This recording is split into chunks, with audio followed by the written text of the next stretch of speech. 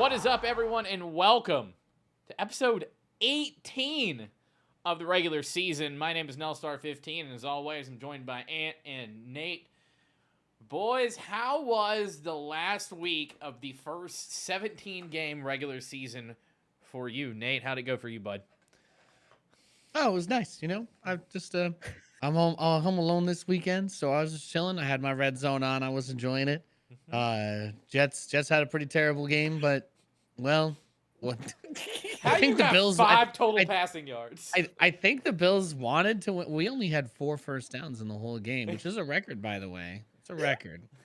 It's a record. It's never happened in Jets history. So, all good vibes over here. It's okay. The Panthers gave up like 3 40-plus yard reverses to the Bucks, so they ran the same play. They were playing Madden on us and kept scoring. Anthony, how was your weekend, dude?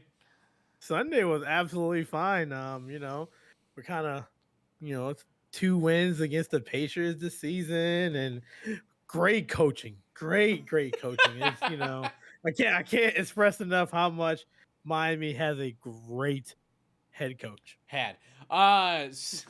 Speaking of week 18, there's no fantasy football to talk about this week, so we're not going to talk about it. We'll have some specials about that probably coming up later in the year. Though, programming note, just want to let everyone know that we will have regular episodes of the podcast leading through the Super Bowl. So that means our last episode for this season will be the Tuesday after the Super Bowl, recapping that game and everything that comes along with it. So you'll have everything from us every Tuesday if you watch live on Twitch, and then the following day on your favorite podcast platforms. But let's get into it. Let's talk about a thriller with Pittsburgh and Baltimore going to overtime to extend Big Ben's farewell tour. Now, there's some other superlatives this game we're going to get into, but Anthony, I mean, you got to feel good if you're Pitt, kind of squeezing it out and then waiting on the Raiders to beat the Chargers. I mean, but Pitt's defense looked really good this game. They came, they showed out. TJ Watt, he's the man. I think, isn't he the sack leader now? Tied with Strahan for the record. That is a perfect formula to win a playoff game, which I really believe they could do. I do not question who they playing against. I really feel like they can do a damage in the first round of the playoffs. I think they will. Yeah, I mean, and I don't know how much of the game you caught, Nate, but I feel like this team has established its identity away from Big Ben. Now it's all about Najee Harris and their defense, and then whatever Deontay Johnson and Chase Claypool can do, right? Yeah, they're set up well. When you look at the team long term, if you're able to drop in a competent, competitive quarterback, whether it's someone that they end up picking through the draft or trading up for or acquiring Sam Darnold style from somewhere else, they're going to be going into a situation where they won't have to carry the whole entire team on their back. So I think that's got to be the only good thing about Ben being on the team as long as he has. They still have a lot of good pieces there, good, young, talented pieces on both sides of the ball. Yeah, and it felt good to watch. Like, Big Ben didn't have to be the savior of this game. Now, granted, they were playing a off-injured Baltimore team that had dropped, 4 of their past 5 or something silly like that. They haven't done well since Lamar Jackson's been hurt, and it showed, and Baltimore could have made their case for the playoffs, but Pitt's defense just kind of stepped up and did what they have to do. And there's not a lot to say about this game. This was classic football. It was back and forth, defense playing ball, doing what they got to do to win. But if we're talking about defenses, let's talk about the Jacksonville Jaguars defense absolutely shutting down the Indianapolis Colts, which makes the Colts lose their spot in the playoffs. All they had to do was beat the Jags, which all 3 of us said was a foregone conclusion last week. This is why we're on the regular season and not on ESPN. But now everyone on ESPN had the same answers we did. It's wild because, listen, Anthony has a note here. He said he told us about Carson Wentz, and then I wrote 3 bullet points. I said 4. He said, how are you going to put this on Carson Wentz? First of all, Indy's O-line gave up 6 massive sacks. Okay. Their defense made Trevor Lawrence look like he'd been in the league for years. And Taylor didn't get enough touches of the ball. He only touched the ball 15 times. You're not going to win if you're giving the best running back in the league only 15 touches. I would be honest with you, Jacksonville's defense won this game. You can sit here and go off what you're about to say and say this is Carson Wentz's fault, but the Jags defense literally played the best game of their season. You see that? It was only a matter of time this was going to happen. I said it the past few weeks. Nate, back me up. I said Carson Wentz cannot do it. There's a reason why he left Philadelphia. Oh, that's true. There's a reason why Nick Foles took over in Philadelphia. There's a reason why right now we have Jalen Hurts and Gardner Minshew and not Carson Wentz. I said it. Now, who's in the playoffs right now? Is Mac Jones in the playoffs? Now, I just want Nell to answer that question for me. Barely. Matty Jones is in the playoffs. He will be playing in the postseason. You know who's not? Carson Wentz and all our teams. It is time. Why you got to do me like that? I don't think that we needed to drag everybody in here at the same time, but I get where you're coming from, and you are right. Right. I've been trying to like play the middle of the post here. Oh, I think Wentz has the potential, blah blah blah, but they do. What does he get? Was it 4.4? Was that the passer rating or something? Some insane stat? Yeah, he had a Jameis Winston style game, 185 yards, a touchdown, and a pick. He had pre-LASIK Jameis Winston without the touchdowns. Thank you. Pre-LASIK. Yeah, when James got his eyes fixed, what happened? MVP caliber. Don't get me started. Don't get me started. But I will say this. Listen, Jacksonville could have just lost this game easily and held on to the number 1 pick. But they kicked Indy's ass and still get the number 1 pick because Lions. That's a win-win situation. You know what? Who's it? Tony Khan? Yeah. He's the owner? Yeah, his dad's the owner. Same thing. Good job. Good job. job. They did everything right. But I just want to make it clear again. Yes, Carson Wentz got hurt in Philly and Nick Foles came in, but he never was able to get that job back. He fell through in Philadelphia. I told you so now. I'm looking at Nell. I told you so. Oh. Matt Jones is the real deal. Matt Jones is the real deal. Listen, okay, whatever. But on the other side of the ball, I mean, I want to talk about Trevor Lawrence a bit. Since Urban Meyer's been gone, Trevor Lawrence has looked better. He's had flashes of the quarterback that we thought we'd see from the number 1 pick going to Jacksonville with some weapons. Now, granted, in this game, he still doesn't have some of his weapons. And, he got mid-season, he got Dan Arnold, tight end, in that trade from Carolina, who became one of his favorite weapons. Dan Arnold's been out. But, Nate, this has got to be a good sign for Jacksonville moving forward. Because Trevor Lawrence, 23 of 32, 223 yards and 2 touchdowns. They also ran the ball 10 times for 17 yards. Like, this is what you wanted to see from Trevor Lawrence, right? Yeah, this is one of those games that if you're a team that has one of the rookie quarterbacks, all you were really looking for in this final stretch, because you weren't really Jacksonville fans, Jets fans, etc. You're not expecting playoffs, but you want to see your quarterback at least go make some plays that makes them look like they've actually had a year of playing in the NFL and they've learned something from that and they've improved. And I'm not gonna say that Jacksonville's suddenly killing it next year and Trevor Lawrence is playing like Aaron Rodgers, but that's what you want to see in the final game. That's how you want to see a team close out with a big upset. And they actually did get to have an impact a pretty big impact on the playoffs because of that. And they should be proud of themselves. Jacksonville catches a rare dub. Yeah, you love to see it. You want to, speaking of teams not catching the dub, the Chargers losing in overtime to the Raiders, losing their spot in the playoffs to a team that has lost 2 first-round picks and a head coach. My gosh, Anthony, what's going on in San Diego? Or LA, they're in LA now, excuse me. They probably need to go back to San Diego, probably. What happened? They choked. I don't know how you want to say it. They choked and the Colts did. They led a Raiders team. Now, kudos to the Raiders team. Yeah. The coaching, fantastic to rebound after a rough season. All this stuff happened during the season, not even the all season. Kudos to them, but just very disappointing because Justin Herbert was having a great season. They just couldn't. Did you see the touchdown pass to take it to overtime? That dude is going to be a problem. They just got to fix some stuff. They choked. It sucks. You hate to see. Also, Oh, good. was the timeout when they did it necessary? You know, was the time would they have gone no huddle?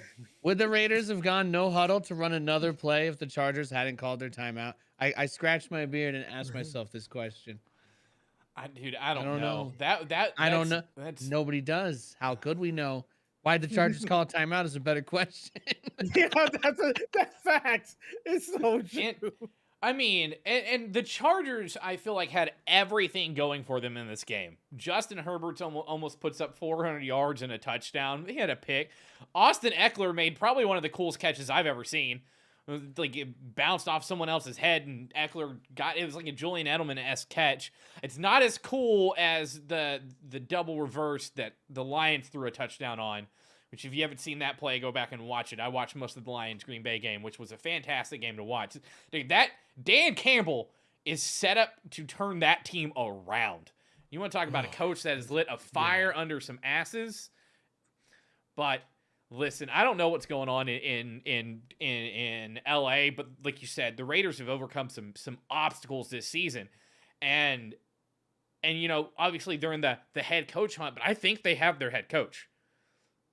I think they just hire him full time. Call it a. I can't pronounce his name, so I'm not going to try it. But I think the Raiders, not even depending on how they do in the playoffs, because we're going to get into that game. But I think the Raiders have their head coach, right? Right, Nate? They have to consider him to just be the guy that they got moving forward. Yeah, there's really no reason why the team should have been able to come together like this. They've been hit by tragedy after tragedy, irresponsible players, irresponsible coaches, irresponsible ownership to a degree, it feels like.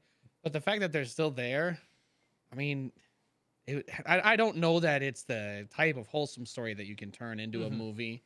But at some point, enough time will have passed. People will be like, this is how the Raiders overcame everything and still went to lose in the first round of the playoffs. If the Raiders make it to the Super Bowl, there's going to be a 30 for 30 on this one day. I mean, nuts. Documentaries, everything. Oh, my God, yeah. Oh, my gosh. But you love to see it. And I think some credit should probably be given to the leadership in the locker room. Derek Carr has been a shining light for this team every time he talks to the media, every time he's up there. You know this guy cares about everybody in the locker room. So, I mean, kudos to the Raiders for doing what they did. Staying in California, though. Hey, the Niners beating the Rams to clinch a playoff spot.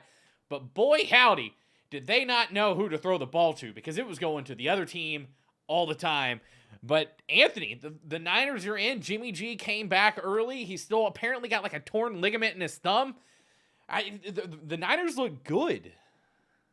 And they got a favorable first round matchup. They do. I'm not even trying to be a hater. They got a great matchup in Dallas because they travel to Dallas, and I think that's gonna be a really good game. I'm kind of confused because I thought they were down and out, and I was hoping the 49ers was losing more because Miami has their pick, and now that pick is damn in the 20s now. But Jimmy G is showing his toughness. He probably won't be with the team next year, but he's definitely auditioning. He has a torn ligament in his thumb. He said in the press conference that it hurts. That man is fighting through it. If he could carry this team deep in the playoffs, kudos to him. Like they played a solid game. Yeah. Don't focus on the turnovers. Yeah. Solid game. I mean, it wasn't all bad for the Rams, though, in this game. Cooper Kupp, first person since Steve Smith in 2005 to lead the league as a receiver in catches, yards, and touchdowns. I mean, Nate, with the Matt Stafford-Cooper Kupp combo, like, you can't worry too much about this game because they have they have everything it takes to move forward in the playoffs, right? Yeah, to me, it felt like this was because there's only one seed. I think that games like this end up becoming part of it. They had their starters out, obviously, but because you're not getting the extra bye, there's no second bye spot to be fought for. I'm like, okay, yeah, they're both still in it. You know, we could potentially see this matchup again, I guess. Matt, I thought Stafford was slinging it a little bit hard. Some of those deep picks where he's like, screw it, Cup's down there somewhere. But there's also two other guys with him, so maybe we don't do that when we get to the wild card. But no, I can't wait to see Stafford take a real team to the playoffs finally. Yeah, God, it's gonna be great. He in the playoffs? Yeah, Matt Stafford's in the playoffs. and now my brain has erased all memory of the Lions ever making the playoffs with him, if that ever happened. Oh, he made it one. I think he made it 1 year with Calvin Johnson. If I'm not mistaken, he made it 1 year, but I could be Was wrong. I still in Because high the Lions, school? I'm not even gonna Okay. speak. I have no idea. it might. I think our point's getting through, though. Yeah. This big opportunity for Mr. Stafford. Yeah. But I'm Finally in a position to actually do something. I'm afraid. I'm afraid of Stafford though, because he's still the last few games he's been having that Detroit mindset. He's really been excited about these receiving cores. He's been forcing it.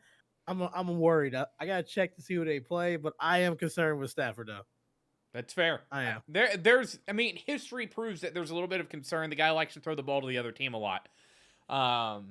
So we'll see what happens. I didn't put it on here, but let's talk about Tampa Bay versus Carolina. And the reason I want to talk about this game is so Carolina, was within a score of this game until the fourth quarter when they gave up 24 points. I don't want to linger on that too much, but it was, and we'll talk about this combination.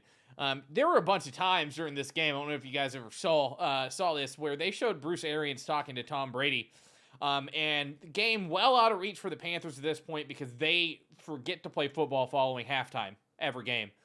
And Tom Brady, like, they keep talking and the announcers keep announcing. So Rob Gronkowski needed 5 catchers and 100 yards to hit 2 bonuses.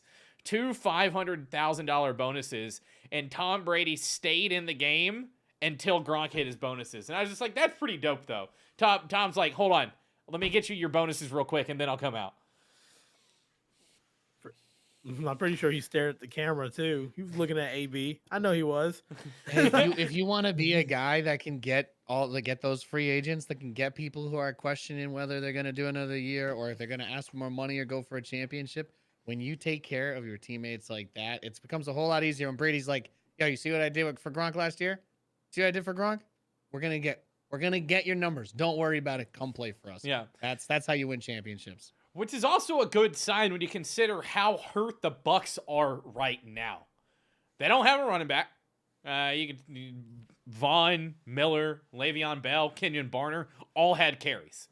They don't have a running back. This is Tom Brady and Rob Gronkowski and Mike Evans. That is who this team is right now. So for them to keep slinging it like that, this has got to be a good sign for the playoffs, right, Anthony? He's gonna. I think he still has enough weapons. He has more with this depleted roster than he ever did in New England, besides the Randy Moss one. So I think he'll be fine. Mike Evans, congrats, 8 straight seasons with 1,000 yards receiving. I think people forgot about him, that he still can ball. I know Antonio Brown was talking about like he was the best player there and he was crazy. So long as you have Brady, the offensive line was top 3. And you got Mike Evans. They still have 3 good tight ends. I think it's Cameron Brake, OJ Howard, and Gronk. Mm-hmm. They're fine. They'll just mix some packages. They have a really good coach. I'm not worried about Tampa Bay because they got Tom Brady. Guys, good. Yeah, you can't worry about them when they got Brady in the playoffs. Here we go. We go. But this actually, good thing we're talking about the Bucs because this leads us into the only major injury we have to report leading into the playoffs. The Bucs place Richard Sherman on IR as they bring Shaq Barrett back. So the Bucs do get their elite pass rusher back in Shaq Barrett. But because this is Richard Sherman's second time on the IR this season, he is officially done for the season. It also seems like in a couple statements that this might be it for Richard Sherman. He might be hanging up the cleats. But what's really cool about this is Richard Sherman's going to be remaining with Tampa Bay as an assistant secondary coach through the playoffs, which he did the last time he was on IR. He was helping as a coach, which is pretty cool. But, I mean, Nate, this has got to be good. I mean, the Bucs secondary has played better since Richard Sherman's been there, whether that's as a player or when he was IR kind of coaching. So Bucs have to be happy that he's willing to stick around and help out, right? Yeah, I think so. Their key to success in the playoffs is going to be just channeling all of their energy towards Brady and his magical ability to win Super Bowls. So I think they're going to be poised for a fun run here. Sweet. Yeah, it'll be fun to watch. Almost as fun to watch as me seeing the score of the Texas Tech basketball versus Baylor game just in, and Texas Tech just upset number 1 Baylor. What's up? Wow. But our top storylines of the week is the last game of the regular season, which means Black Monday has happened. There's a lot going on in the league when it comes to GMs and coaches being fired. So let's hop right into this. Right before the show started, I say right before, a couple hours ago, it was reported Joe Judge has officially been fired by the New York Giants, and Dave Gettleman has retired. I'm air quotes that he retired. Let's get a round of Giants applause. fans are free. You are free, Giants fans. Master has presented Giants with a song. The Giants are free. Whoa, Well, Danny Dimes is free. I'm very interested to see where Danny Dimes ends up, which quarterback they end up drafting next, and how many years it takes. We'll see. I think the coaching opportunities. I know we're supposed to talk about this, but I think the coach opportunities look pretty good. Some teams should come out quite a bit stronger from this year. Yeah, I think the Giants are really set up to. The Giants have talent and they have the picks, right? So they have the ability to go out and get good players. They also have the cap space. So this has got to be a very good or a very approachable situation for many of these head coaching interviewees, if you will. And then what's wild is to put this in perspective, since the NFL expanded to the 14-team playoff 2 years ago, 21 teams have qualified for the playoffs. Of the 11 teams that haven't, the New York Giants were one, and they just fired Joe Judge. So that was one guy who failed to make both playoffs since it turned to 14 teams. The only other one now who has not been fired since that happened was Matt Rule. But we'll move on from that. I mean, Anthony, you're a head coaching candidate. You're looking at New York. Are you interested in that team?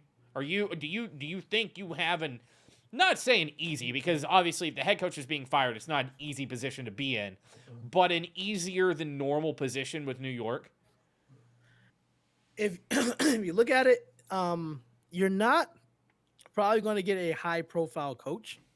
You might want to look at a offensive coordinator or defensive coordinator that got looked over a few times that you want to give the opportunity, not somebody who was just a special team person like Joe Judge.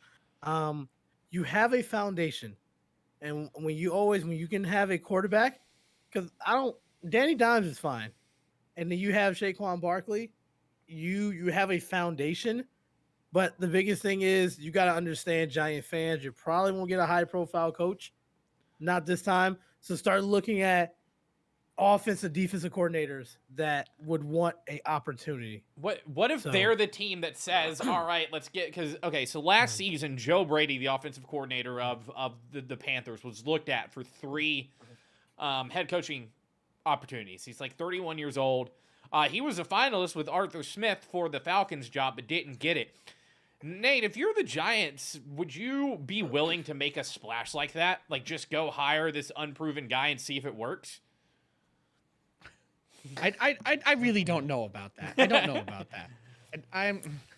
I still think about how I know we talked about this before the show went on, but like I've got a couple guys that I had my eyes on, at least when the Jets were still looking for coaches, like Eric Bieniemy.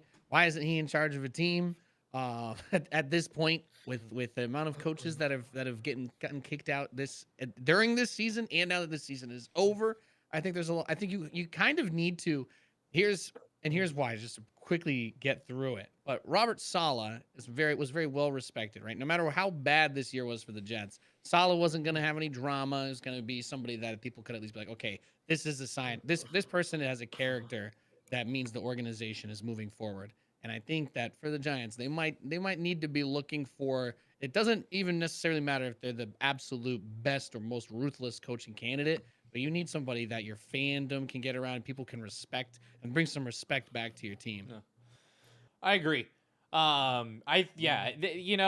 could go out and make the splash, but I don't know if the Giants are in the position to do that. You go out and you find, like you said, someone like Saleh, harken back to someone like a Jack Del Rio or a John Fox, not a splashy head coach hire, but someone that's well respected that can help a rebuild who will be gone in 3 to 4 years, right? Like, get the rebuild started and then make that splashy hire. I would throw big money at Dan Campbell. I would try to take him away from Detroit. Because he's somebody. I love his press conferences. I really do. He has so much fire and passion. That is what New York needs. I would just ultimately throw a big bank at him and just let him just take over. Yeah, I can see that. But they're also looking for a general manager, and I think this is where it gets interesting for New York, because New York, when it comes to front office personnel, has a very strong tendency to hire from within. Gettleman was a Giants boy, right? He had been with the Giants forever. He had that stint in Carolina, but he is a Giants boy. He came up through that organization, and a lot of their previous brass has come up through the organization. And I think, and correct me if I'm wrong, either one of you, I think this is the point where you look outside the organization for a general manager. You find someone like pro personnel or head of scouting, someone that has done a fantastic job in rebuilding another team, kind of like Carolina took Fitterer away from Seattle from the assistant GM spot. But you find someone who has helped rebuild a team and bring them in, but you don't hire from within. You can't. You can't.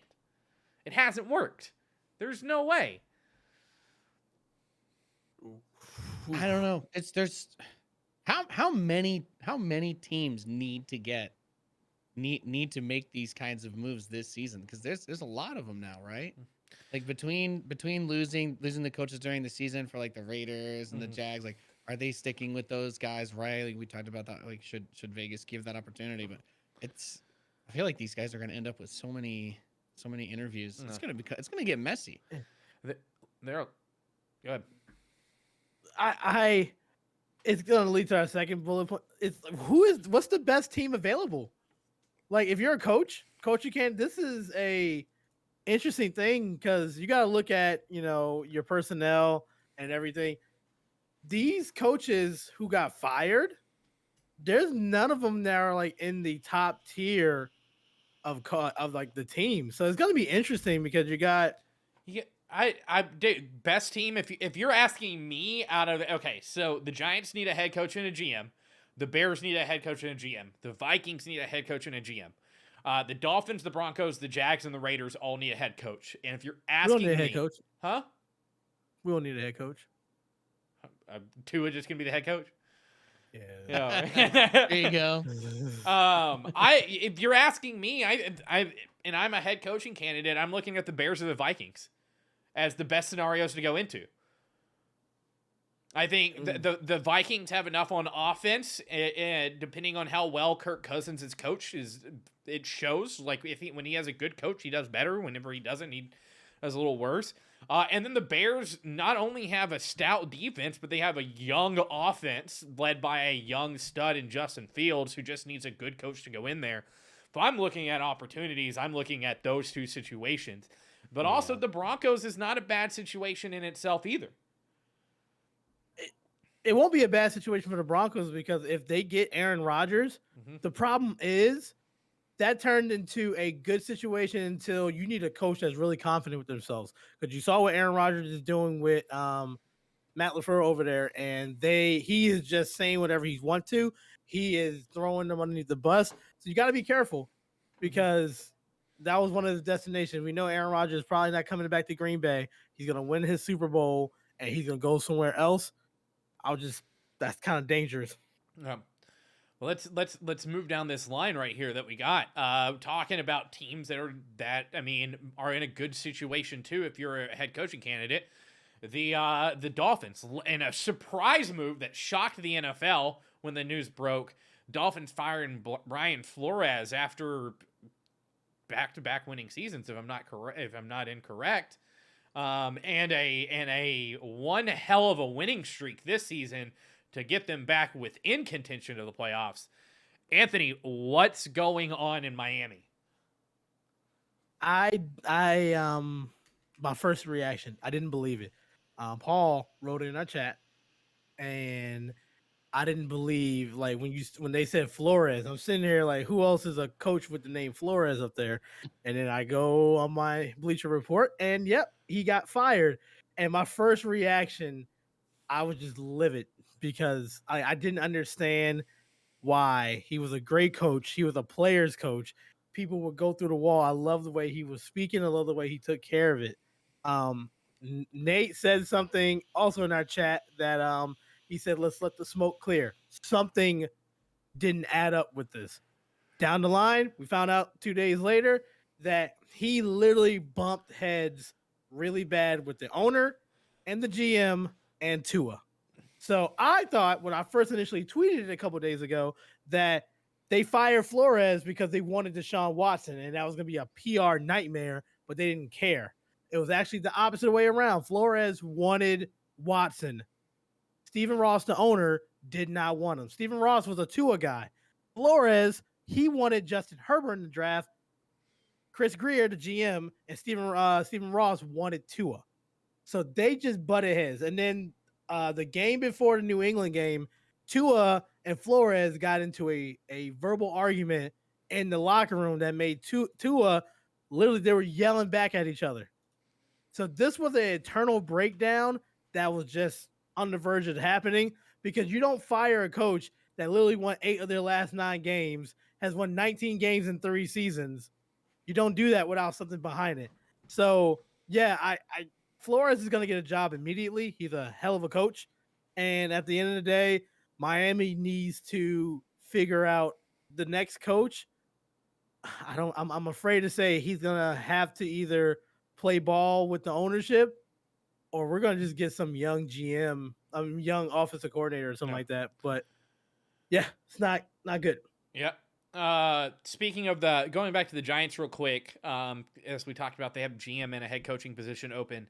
It does look like John Mara said that the team is going to hire a GM first, and then that GM is going to assist in a head coaching search, which I think most of these teams should do, right? But that, I mean, for Miami, that's wild. You don't want a head coach that's budding with the guy who's supposed to be like the prodigal son and the franchise of the team moving forward in Tua. So all those make sense. And then we have Minnesota and Chicago both letting go of their head coach and their GMs. You got to look at both of these teams, Nate, and think that they're probably going to go the way of the Giants, hire a GM first and then find a coach. But these are intriguing opportunities for anyone that's looking to become a head coach in the NFL. Yeah, I feel like it has a lot of like where a potential candidate ends up going or like which situation is the best, because a lot of these teams have like you've got some pieces here and there, but you've got, for example, Carolina, you have to figure out the CMC situation. You're not just going in there. You got to figure out the quarterback situation because you got Darnold for another year. You got to figure out CMC because you just can't rely on him. There's no possible way to know that he's going to make it through a whole season again in his career, if he ever has. So But you look at Chicago, and let's look at Chicago. I like and Chicago. They both have quarterbacks. As much as everyone likes to hate on Kirk Cousins, he's better than half the other starters in the league. That's true. I wouldn't put my college fund on Kirk Cousins, but I think a good coach with the right attitude in Chicago. I'm still on the Justin Fields hype train. I still believe, and I'm excited to see hopefully a much better coach bring it out of him next year. Yeah. It'll be interesting to see what happens there, because I feel like both teams, both Minnesota and Chicago, are very close to making splashes in their divisions and in the playoffs. They just need a solid GM and coach combo to do it. Listen, Zimmer is a hell of a head coach, and he did well whenever he was in Minnesota, but there was no playoff wins there. He was not a playoff coach. And Anthony, this team has everything that you look for in a playoff team. They have a serviceable quarterback. They have 2 fantastic receivers in Adam Thielen and Justin Jefferson. And they have their franchise running back in Dalvin Cook. They also spent a lot of money on their defense. So they got to find something to go their way in a head coach, right? To be real, the next head coach will probably want his quarterback. Mm-hmm. I don't see Kirk Cousins being there next season. I think that. I remember that contract's fully guaranteed, so they're going to take a big old cap hit if they give it to Kirk Cousins. That doesn't phase teams. We've seen that. We've seen Carolina take on Sam Darnold's contract. How many times are y'all DMing each other on Discord to see how many times y'all can mention Darnold in this? No, just aren't being the Saints real. a great example of this though? Haven't they been playing like They've been playing limbo with the salary cap for like 3 years, and it just somehow hasn't managed to nuke the team Yeah, but outside of them needing you're a you're quarterback talking again. about a guy who's guaranteed $33 million next year in Kirk Cousins. That's not That's a cap not hit you're going to bad. take. That's not bad. Well, Darnold's No. 35 Here million. you Darnold Here you is go. Darnold's 18. You move in, It you feels like move in. 35. You start you find the good parts that aren't super new anymore that you can trade off for draft capital or whatever. You start working on your team. Kirk Cousins can do whatever he wants, try and make the team competitive throughout the year. Obviously, you want to get some wins so people don't think that you're awful. But you just end up, well, you traded away this guy, you traded away that guy, you gave Daniel Hunter to the Jets. Oh no, it happens. And then the next thing you know, boom, you've got a low draft pick. They can get a quarterback his second year. And that'll at least put everybody off your back. They'll be like, well, now he has to wait at least another year or two to see what he does with his guy. And there you go. How to make millions of dollars in the NFL. Yeah. I would trade Cousins quickly. No one's taking that contract. No. If you're a contending team, I'm a Broncos. How about the is a Saints? perfect example. Huh? No, Would they the already got an Saints- would the MVP Saints take quarterback. Cousins? They already got an MVP quarterback. He's coming back next season. He's they're good. So we're good. Let's say save money. They got Jameis. But there is a team. There's teams out there. The Colts. You remember when the Colts took Phillip Rivers, right? Phillip Rivers did just fine for them. He was towards the end of his career. Cousins a little bit younger. Carson Wentz ain't shit. So like the biggest thing is like Cousins might be a good place for him with the Colts. And get whatever you can. I don't care. If you have to pay half the salary for the Colts, just get Cousins off that roster so that head coach can get who they want. Because there's going to be quarterbacks available. Maybe Deshaun Watson is going to be the move in Minnesota. Who knows? But there's a lot of options out there. Yeah, you got to get rid of Cousins, man. 'Cause you're not getting rid of anybody else. I mean, or you could hold on to Cousins, draft a quarterback, and let him sit and learn behind a veteran. You want them to learn from Cousins? Yeah. Okay, so you want to learn to be mediocre. Gotcha. I mean, Cousins is better. Like I said, top half of the league quarterback. Are you sure Sam Darnold was 18 million? Yeah. Oh, damn. Okay. Wow. That's your clap back. Wow. You're evil. Wow. No, I don't see them getting rid of Cousins with the new head coach. I think he'll come in. That's too much cap space. No other team is going to take on that cap. No one's going to do it. The only way they get rid of Kirk Cousins if they trade him away after restructuring his contract, which he's not going to do because he's like, nah, I'm keeping my $66 million. And they trade him and they eat at least half of his cap to whoever they trade him to. They pay Kirk to play somewhere else. It does not make cap sense to get rid of Kirk Cousins in Minnesota. And that team, before Adam Thielen got hurt, looked really good with Kirk Cousins under center. So I think with that team, you get a good head coach and offensive line comes back to full strength. These guys' receivers back. They get a good tight end in Minnesota. They'll be fine with Kirk Cousins. You just got to get that good head coach that's not Mike Zimmer. But other Black Monday firings, Carolina fired their offensive line, their defensive line, and their special team coordinators. And then, Jay Glazer was reporting that Matt Rule's tenure with the team hinges on him making a splash as in hiring an offensive coordinator. Currently looking at interviewing Jay Gruden, Bill O'Brien, and Yo, quit. Just quit. Yeah. Just quit. BOB's coming back to dish out some more lit trades, I guess. and then the passing game coordinator Pep Hamilton for the Houston Texans. Now, I think where this becomes a little bit more interesting, Pep Hamilton apparently is very well respected in the quarterback circle of the league, and he's helped develop some of the better quarterbacks that are out there. But the connections there, obviously the Deshaun Watson stuff is happening this offseason. Well, you have the guy who coached Deshaun Watson his first few years in the NFL, and Bill O'Brien. And then you also have Pep Hamilton, which while Deshaun Watson did not play a game this season, he was still present at every quarterback meeting that was led by Pep Hamilton. So there are some connections there, and there's some talking that, hey, if they get either one of them, that might be a sign they're trying to get Deshaun Watson. but at what cost? So we'll see. But I don't like Jay Gruden. Really, like the dude's a trash can. Why? Yeah. I'm asking you why. I don't know. I read it wrong. I thought it said John in No, front of Jay. Gruden. So I got. It's really the no less better. important brother.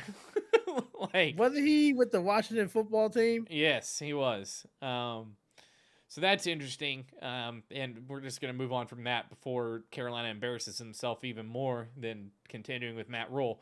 That's a gamble. But then in Denver, Vic has been let go at following a 19-30 record and failing to make the playoffs again. Again, another situation, Anthony, that's got to be intriguing for head coaching candidates. We're already talking about Eric Bieniemy is going to interview in Denver. They've also requested permission to interview the offensive coordinator in Green Bay. And you got to think, if you're a head coach candidate, this might be a place to go. Yeah, I mean, young defense. You gotta figure out your quarterback. But I mean, this is a team that is in a very tough division. So you gotta realize that as soon as you get your coach, you need to figure out, are we drafting a quarterback? This is not a very strong quarterback draft. We'll talk about more later with that. You have to realize that once again, this head coach is coming in. They're gonna want their quarterback. I said the same thing with Minnesota. If you're a head coach, that's the one thing you feel like you can have control of, and it's gonna be interesting. There's gonna be a lot of good coaches out there to interview, but yeah. Nate, do you think that Denver can stay competitive if they hold on to Teddy Bridgewater for another year or two until the quarterback draft class becomes a little bit better than it is this season? Maybe. I guess they just have to, right? They just gotta deal with it. Wait for the quarterback prospects to look good. I mean, who else are they gonna pick up, right? If not use Teddy. Maybe they take Daniel Jones' reclamation project. I don't know. I don't know who's gonna make that mistake, but Can you imagine how far Danny Dimes would throw the ball in the thin air in Denver?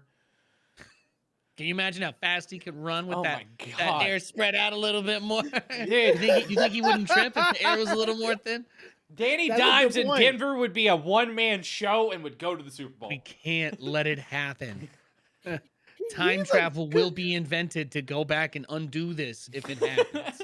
This made me think maybe the air was too thick in New York, and that's why he tripped. Maybe if he was in Denver, he'll be running like a feather. You know what? That's why he tripped. There it is. Danny blame Dimes, New Denver York's air confirmed.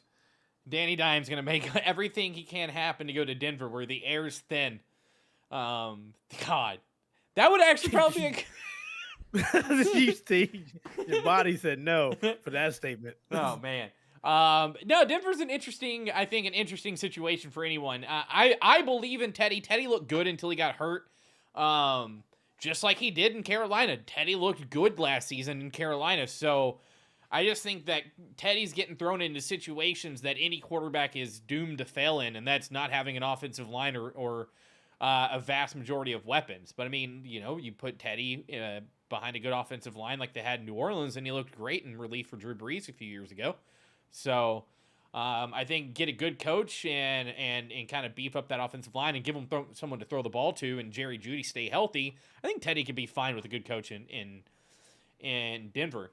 But speaking of good coaches, as we said, Pittsburgh won against Baltimore in overtime, and they needed all the pieces to fall in their favor to make the playoffs, including the Raiders beating the Chargers. Apparently, there are reports that Mike Tomlin was watching the Chargers-Raiders game, and he fell asleep. Now, how are you going to fall asleep during a game that decides the rest of your season and likely a hefty bonus to your salary? He's probably sleeping like this. Little old man sleep. Sitting in lazy boy, just leaning back. Oh my god. Mike Tomlin, I feel like, never ceases to amaze me and how human this guy is. And it's like, dude, it was a West Coast game. I'm in Pittsburgh. I'm tired. Oh my god. He's a good coach though. He is. Congrats to him. Never had a losing Congrats season. to him. has never had a losing season as the coach of the Pittsburgh Steelers. I also saw that Big Ben has never led the team to a losing season. That's pretty impressive, if you ask me. Staying in the same division, Brown GM in an interview this week said that he fully expects Baker Mayfield to be their starter next year and to bounce back. Now, Nate, is this a GM just trying to save face and give quotes for articles, or is this someone that actually believes in it? I think you can believe in it.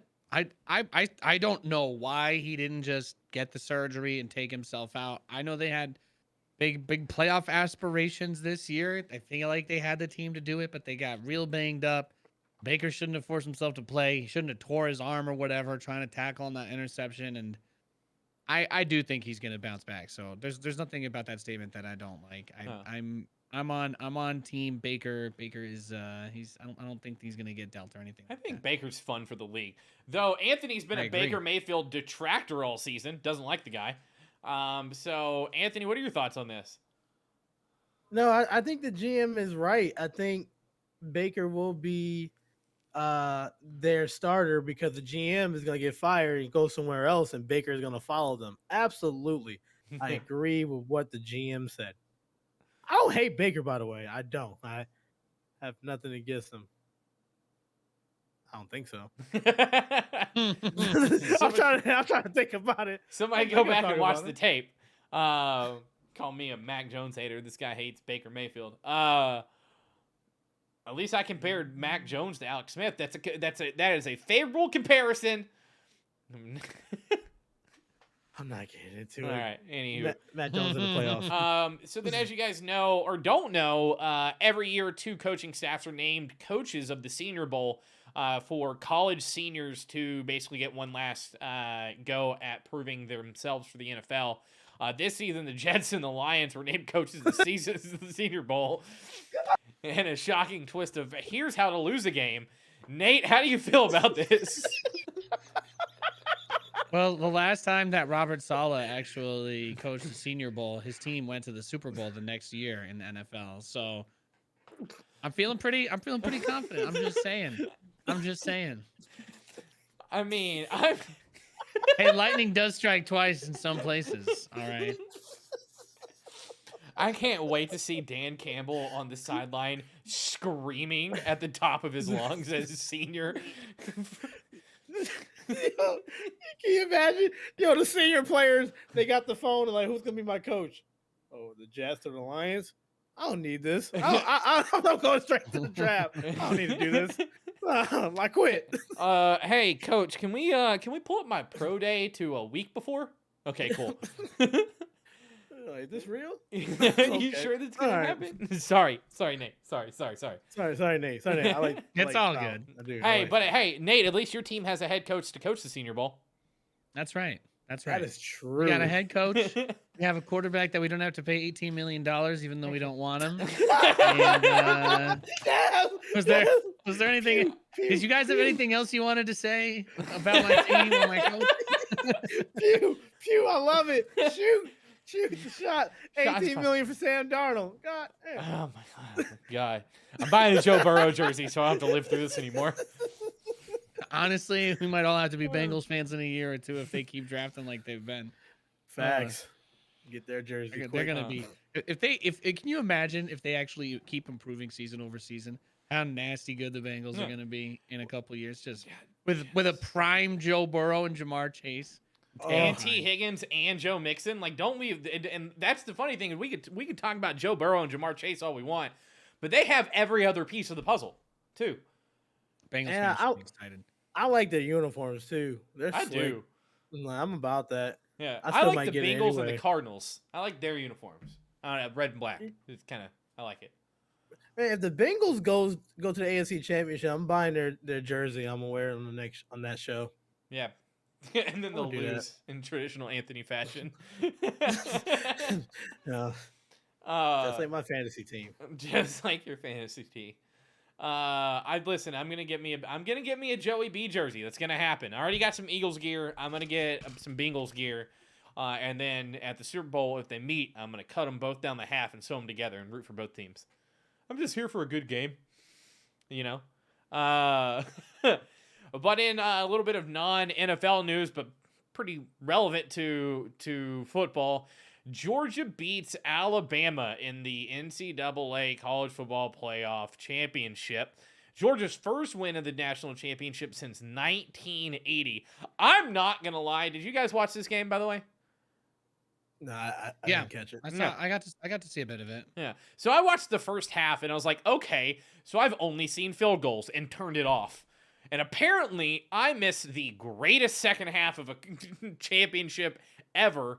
I went back and watched it, but one hell of a game. You want to talk about Georgia just lighting a fire under their own behinds in the second half. But Nate, if you're anyone coming out of both of these teams into the draft, you got to be happy with your performance for both teams.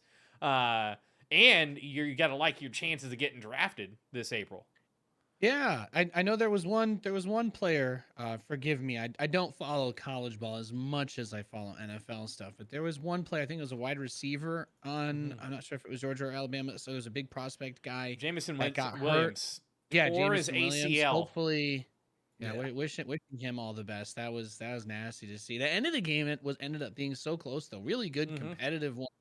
And I every time I feel like every time I try to give college football a shot, I'm like, oh yeah, I'll check this game out. And some teams winning by like 30 points. I'm like, okay, I get it. One team has good players, but I'm like, but no, this was really good. It was a really good championship. Yeah, it was. It's wild, and you hate to see it for Alabama as much as people like to hate on Alabama, but. John Mechie and Jameson Williams combined for 171 catches for the 14 games this season, you know, and Mechie suffered a knee injury against Georgia in the SEC title game, and then Williams getting hurt in the college football playoff title game. Wishing both of them the best, but I mean, if you want to talk about a good national championship, I hope we have a game like this for the Super Bowl. But Alabama.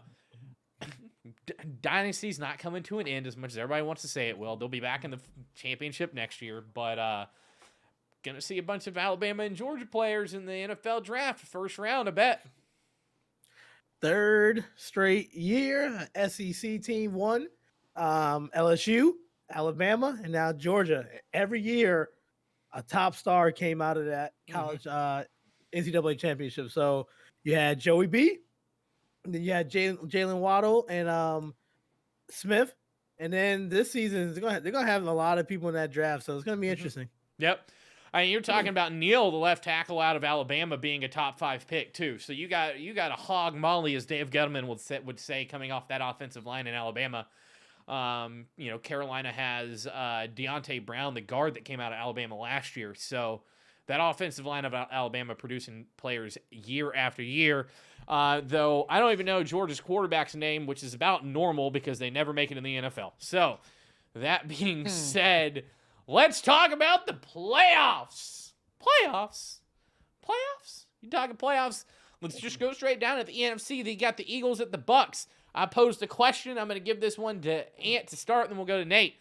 Can Hurts and the Eagles overcome a hurt Buccaneers squad, Anthony? No. I'm sorry. Okay, no. Let me give you a better answer. Hell no. Hell no. I'm sorry. It's Brady. I'm glad the Eagles made it. I hope Gardner Minshew don't play because that will hurt my bet. And no.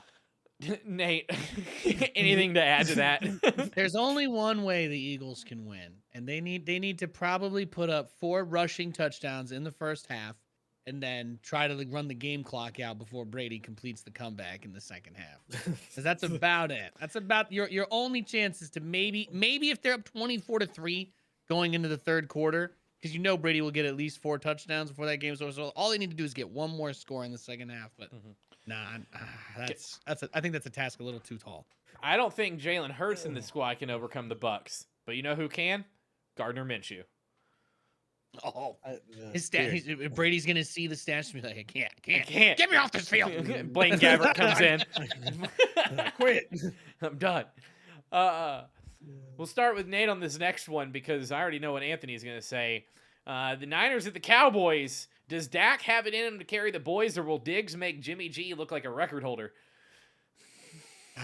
Cowboys don't win playoff games. They don't really get to the playoffs that much. But I'll say that, Niners should definitely pick up a dub here. Cowboys defense is going to be terrifying. I expect some conservative play out of the Niners. But if they limit turnovers, well, yeah, I don't see the Cowboys having the most explosive offensive performance of all time here. Just so you know, Kyler Murray, I know we're not talking about the Cardinals right here, but Kyler Murray has more playoff and championship wins in Dallas' stadium than the Cowboys do. Yeah. So, Anthony, Niners and Cowboys. So, my Hatred everything in of my the heart. Cowboys. I don't have hate to them. I just can't stand their fan base. I want to pick the 49ers. The problem is Jimmy G is hurt. And I feel like this is the scenario that's going to happen. He's going to get an early sack. He's going to re-injure that thumb. And then the rookie's going to come in, and then they're going to feast on them. I think Dak will play conservative. I think he's going to only put up maybe 10 to 14 points. But that might be enough. I see Jimmy G getting hurt early, and that's going to change the way the game is played. And then Dallas hand with this, being taped on is kind of a problem.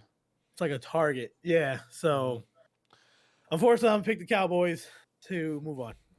I think I don't listen. I have complete faith in Dak Prescott to put this team on his back, but I don't know if Dak can do it alone. Which Diggs are we going to get in the secondary? Are we going to get the Diggs that gave up 1,200 yards this season, or are we going to get the Diggs that had all the interceptions? So, with that being said, I don't think this rests on Dak's shoulders. And I think regardless of the quarterback that's playing for San Francisco, they are the favorites for me in this game. I think if Jimmy G gets hurt, I think Trey Lance has what it takes to beat the Cowboys against that defense, as long as Micah Parsons isn't trying to eat him. So we'll see what happens with Trey Lance in a very pressured pocket, which is likely going to happen. But as we know, that Dallas Cowboys secondary tends to break down frequently. And with the receivers that San Francisco has, I'd be worried if I was a Cowboys fan. All right, moving on. We got the third time this season we get the Cardinals versus the Rams. They split it in the regular season. Can Coach Cliff Kingsbury coach the Cardinals off the cliff? Or does Sean McVay command Stafford and Cup to a victory, Anthony? I really did not want to see this game in the first round. These are two of the teams I really enjoy watching. I love the Rams offense. I love the Cardinals offense when they're on point. This sucks. But I like how they put it on Monday night. It's the only game. I hope and I expect it to be a shootout. I am leaning and I'm going to pick the Rams because Aaron Donald. I'm just being real. That defensive line and the Rams. So I'm just gonna go with them. But it sucks. Nate, what are your thoughts on Cardinals in Los Angeles? You know me. I'm obviously a Kyler Murray fanboy, but I'm also very, very invested emotionally in the Matt Stafford redemption arc. So this one just hurts me. I agree that on the shootout claims, I really have. I don't know. It's impossible to call for me. I want Stafford to do his thing. Murray's got plenty of time left, so that's it. Okay, Rams. Yeah.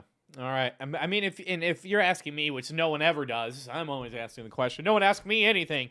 Listen, I don't think this game's won on the field. I think it's won by the coach. Because these teams are pretty well matched when it comes to talent on the field. So if you have to ask me, it's either going to be won by Cliff Kingsbury or Sean McVay. And as much as I love Cliff and as much as I want to see Cliff go far in the playoffs and to continue this redemption story after having a subpar tenure at Texas Tech, I think Sean McVay outcoaches Cliff Kingsbury 9 times out of 10, and that's where this game's won. McVay's a better coach. He's a better coach than Cliff. Cliff still's got a lot of learning to do. I think Cliff can make some changes to his staff to get some more NFL experience on that staff. And unless it's a fluke 350-yard game from Kyler Murray and James Conner, the James Conner shows up, not just red zone James Conner shows up, I think this is the Rams game to lose. So we'll see what happens. But then that brings us, this is a tough game to pick because it is a pick. It is a coin flip of who's going to win it. All the games this week, this was the toughest. Yep. I'm going to be watching it Monday night. I'm going to be sitting on my couch wearing a Texas Tech shirt because I don't own any Cardinals gear. Playoff. It's going to be such a good weekend, though. It is. Moving to the AFC. First game we got on the list is the Raiders at the Bengals. Yo, let's go.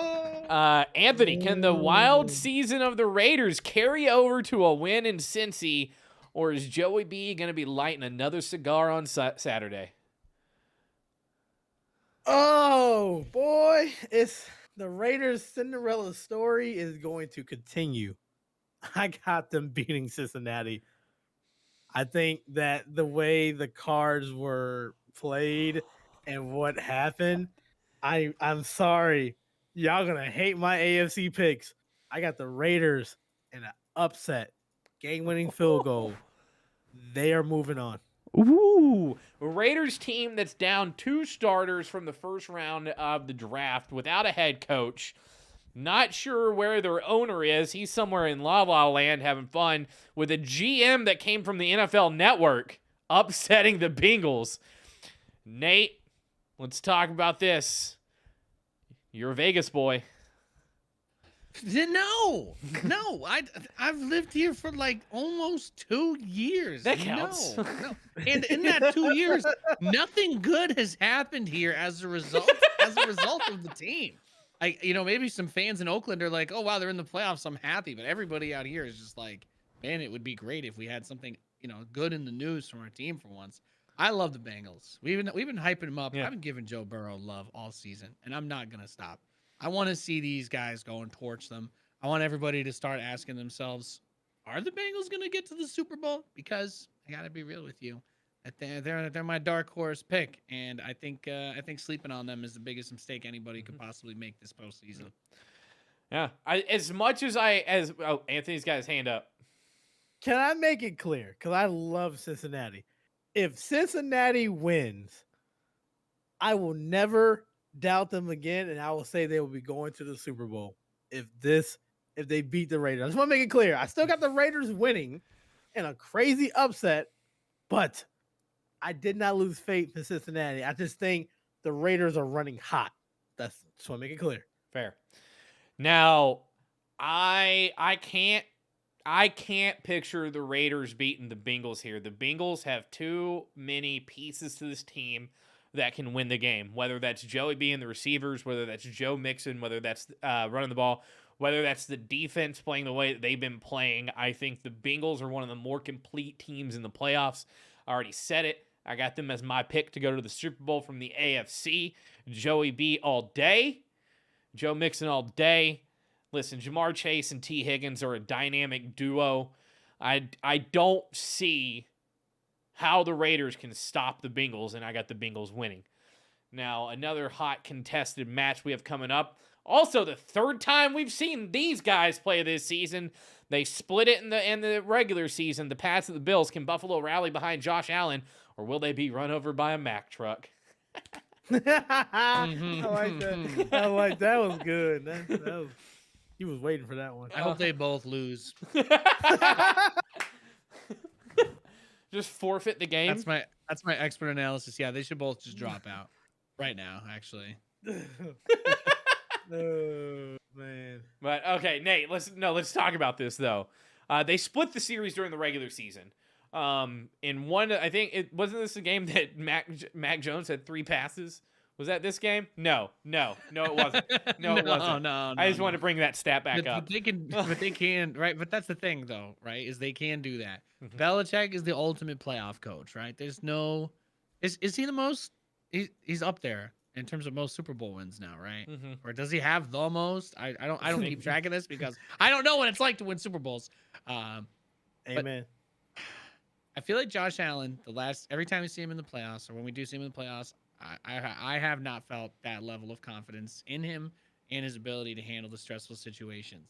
I think he's gonna have a good game, but I think he's gonna have a sloppy pick or two.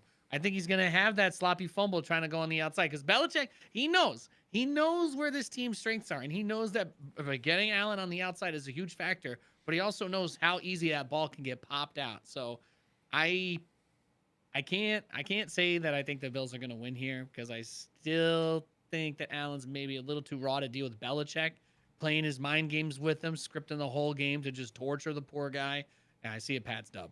That's my opinion anyway. All right, Anthony, what do you got here? What are you thinking? First, I want to agree with Nate. I hope they both lose, but I know that's not a thing. I just can't bet against Belichick. No, I can't. It's really like every year. I mean, every time. I just can't. Matt Jones will do probably bare minimum, but I think Belichick's defense, he's going to outsmart and outplay the Bills. I have the Patriots winning. He doesn't care about going to Buffalo. He doesn't care how cold it is. There's just something about Belichick, man. I hate him. Yep.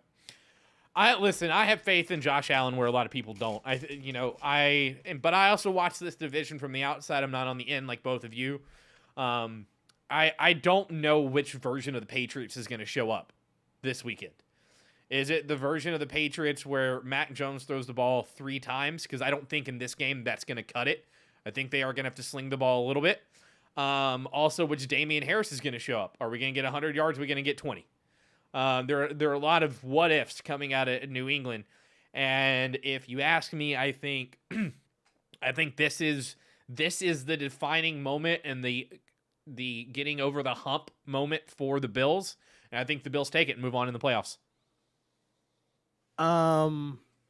Okay, I had to double check. Weather could be a factor. Mm-hmm.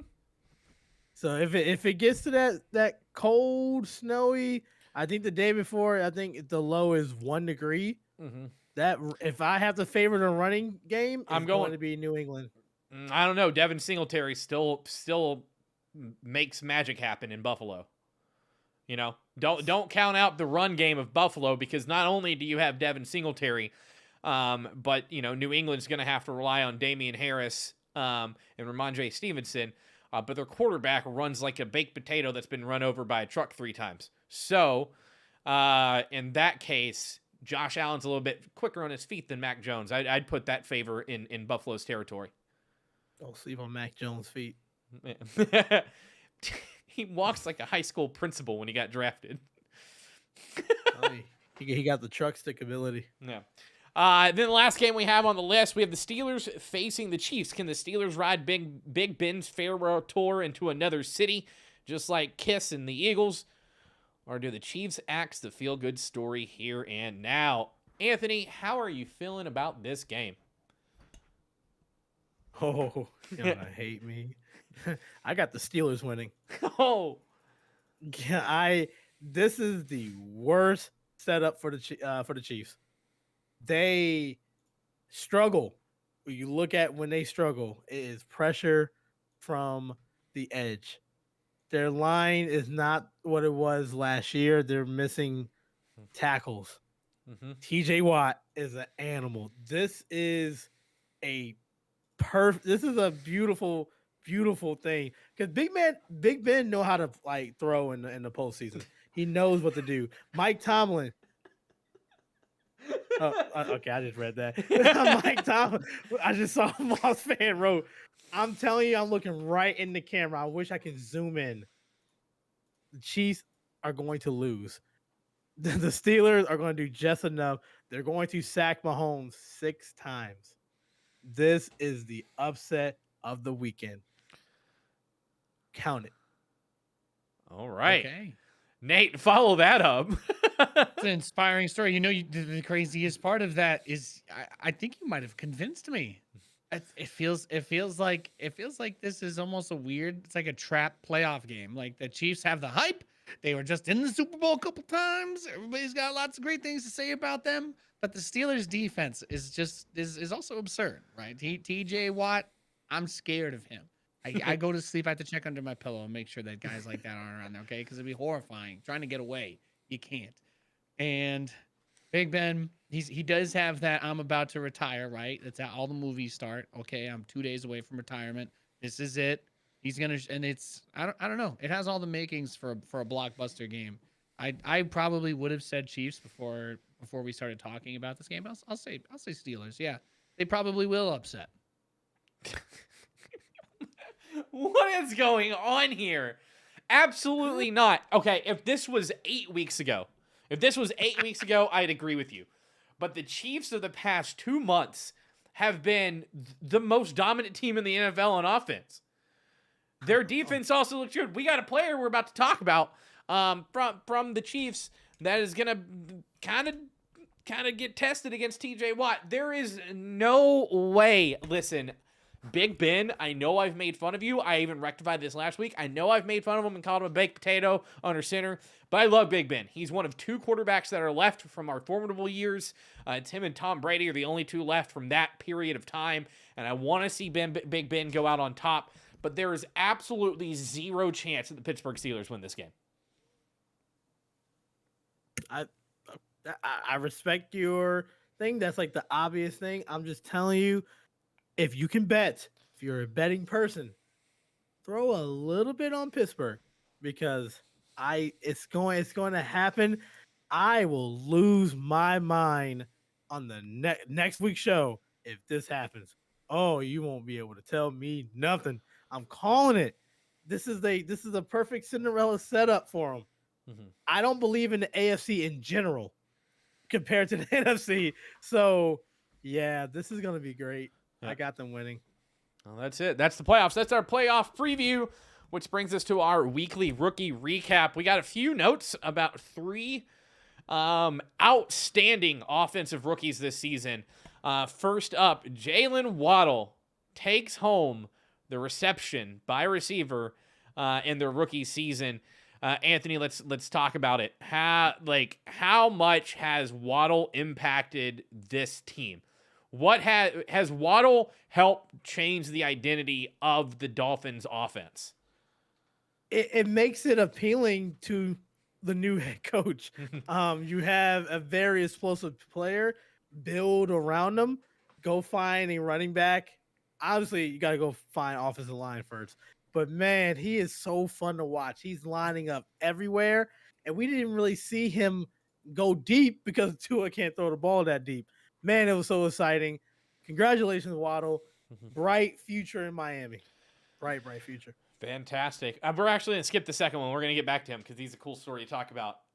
Nate, let's talk about Jamar Chase. Just broke Ojo Cinco's record for receiving yards. Not rookie receiving yards, but receiving yards in a season for Cincinnati. How important is Jamar Chase to this team for the next decade? Yeah, you gotta be feeling good. Look, you got the guy. He's insanely good. And if you watch the Bengals play, everybody has good things to say about Joe Burrow. Jamar Chase is not just catching bombs from Joe Burrow. First of all, he is catching bombs from Joe Burrow. He can jump up. He can extend himself like a beautiful butterfly. He's got that crazy reach, and somehow the ball just sticks in his hand when it gets there. That's fantastic. But when you can hit a guy on the field by the sticks, and you're like, okay, well, maybe we've got 10 yards here, and he turns it into a 60-yard touchdown play. When you have a player that can make things like that happen, especially the first few years of their career, you got all that burst, you got all that speed, all that energy, and I don't think that he's a player that's going to fall off as the years go by either. You know, God forbid he gets hurt or anything like that. Jamar Chase is he's going to be someone we're talking about for a long time in the NFL. No, I agree. Anthony's shaking his head up and down, nodding his head in approval as well. Jamar Chase is going to be a record holder. And if this season is any indication of how his career is going to go, we'll eventually have a gold jacket. If this is how his career goes, he's going to be a Hall of Fame receiver. Wow. That's good. I like that. Yeah. And then someone that we talked about way back in like week 5. Let's talk about Creed Humphrey.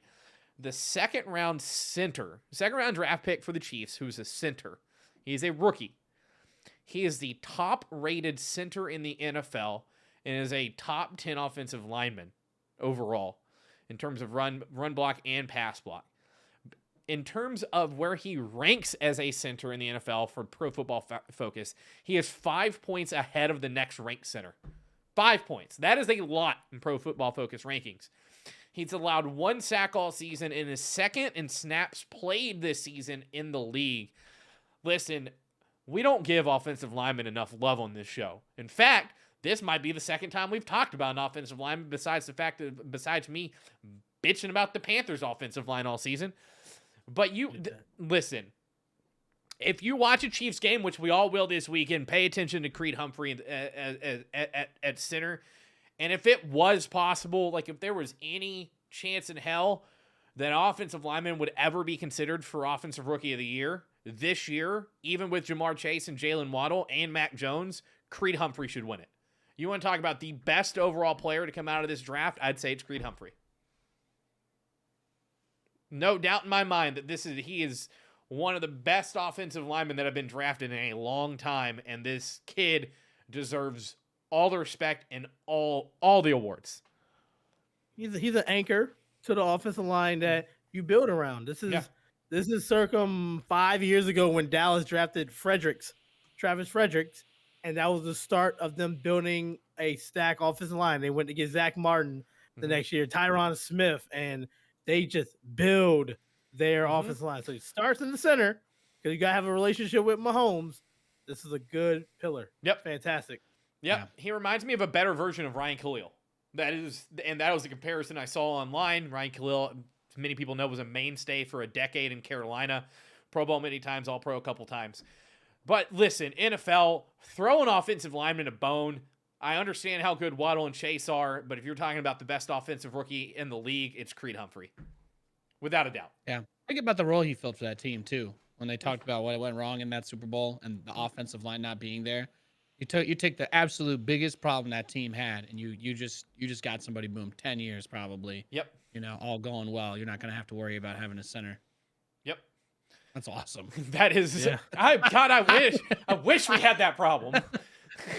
I'm like, when you see that, I'm like, hey. You know who's our starting center in Carolina? Who? Pat Elflein. I don't even know who that is. He's the practice squad guy that got kicked off the Bills, and then the Jets picked him up, and then I think Darnold got sacked 100 times, and then we got rid of Elflein, and then he somehow, I don't know if he ended up anywhere else between us and the Panthers. No, we signed him this year after y'all. Oh yeah, it was great. Alongside Cameron Irving. Wait, time out. Wait a minute, time out. So you signed Darnold and the center with No, he's not even a center. He's a left guard. Center, that's He's a left guard. He's a left guard playing center because we have Matt Paradis, who is a good center. Believe he played in Kansas City, Cincinnati, one of those places. I don't know. And has done well, but he's hurt. But yeah, that being said, I'm going to wrap this show up with one last regular season edition of Contenders or Pretenders heading into the playoffs. We just talked about every game, but let's rapid fire these. I know both of y'all are going to say this. This is for Super Bowl contention. This isn't just in the playoffs, the first round. Super Bowl contender or pretender. Anthony, the Pittsburgh Steelers. Contenders. All right. Nate, what do you think? Pretenders. I agree. Pretenders. They don't have a chance against the Chiefs. They're out in the first round. Okay. All right. Nate, start with you. The Arizona Cardinals, pretenders or contenders for the Super Bowl? Contenders. All right. Anthony, what do you got? I like the contenders. Okay. Yeah. I think for me, it all depends on coaching. But if you have to ask me, I think they're a contender for the NFC. All right. Anthony, the Dallas Cowboys. You want to answer for me? They're pretenders. Yeah, they're pretenders, all right. But what if Dak just carries the team? You think they can do it? If Dak carries the team, pretenders. Nate, what about you? Pretenders. You have as many interceptions as you want. You can't give up more passing yards than everybody else and win. That's not going to happen. It's true. I agree. Pretenders. All right, Nate, we got the Los Angeles Rams. Contenders or pretenders? Contenders. What about you, Ant? Contenders. I know they're about to play each other, but I think whoever gets out of that game, yeah, absolutely contenders. Yeah. All right. I agree. I think that who wins that game goes to the NFC Championship. There's no doubt about it. All right. Anthony, one last one. The Buffalo Bills. I'm still kind of shaky with Josh Allen, so I'm going to say pretenders. Yeah, that's fair. What about you, Nate? Pretenders. I don't see the maturity I need out of that team for them to win a Super Bowl. Yep. I agree. I think they're pretenders, but I think they beat the Patriots this week, but I don't think they go any further than the second round. I think they're knocked out in the second round, and that's going to do it. But that does it for week 18 of the regular season. This is the last week of the actual regular season. I know it gets confusing. We don't just end when the regular season ends. We can talk about the playoffs. We didn't really think about that when we were choosing a name, did we?